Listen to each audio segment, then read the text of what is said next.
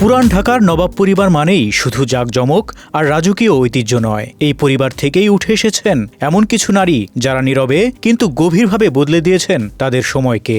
নবাবজাদি পরিবাণু ছিলেন তেমনই একজন। তিনি শুধু নবাব পরিবারের সদস্য ছিলেন না, ছিলেন ঢাকার সামাজিক ও নগর ইতিহাসে এক আলোকিত নাম, যার স্মৃতি আজও টিকে আছে পরিবাগ হয়ে। 1884 সালের 1 জুলাই ঢাকার আহসান মঞ্জিলে তার জন্ম। পিতা নবাব খাজা আহসানুল্লাহ ও মাতা কামরুন্নেসা বেগম। ছোটবেলা থেকেই পরিবাণু বেড়ে ওঠেন এমন এক পরিবেশে যেখানে শিক্ষা ও সংস্কারকে গুরুত্ব দেওয়া হতো। ঘরের মধ্যেই তার শিক্ষার শুরু। গভর্নেন্স ও গৃহশিক্ষকের কাছেই তিনি আরবি, ফার্সি ও ইংরেজি শেখেন। সে সময় মুসলিম নারীদের জন্য এমন শিক্ষা ছিল ব্যতিক্রম। বলা যায় পরিবারই তাকে সময়ের চেয়ে এগিয়ে চলার সাহস দিয়েছিল।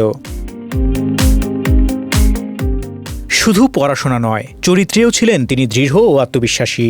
ঘোড়ায় চড়া শিখেছিলেন, যা তখনকার সমাজে নারীদের জন্য ছিল প্রায় অকল্পনীয়। নবাব আহসানুল্লাহ কন্যার এই আত্মনির্ভরশীলতা ও বুদ্ধিমত্তা দেখে তাকে জমিদারির কাজকর্মেও প্রশিক্ষণ দেন।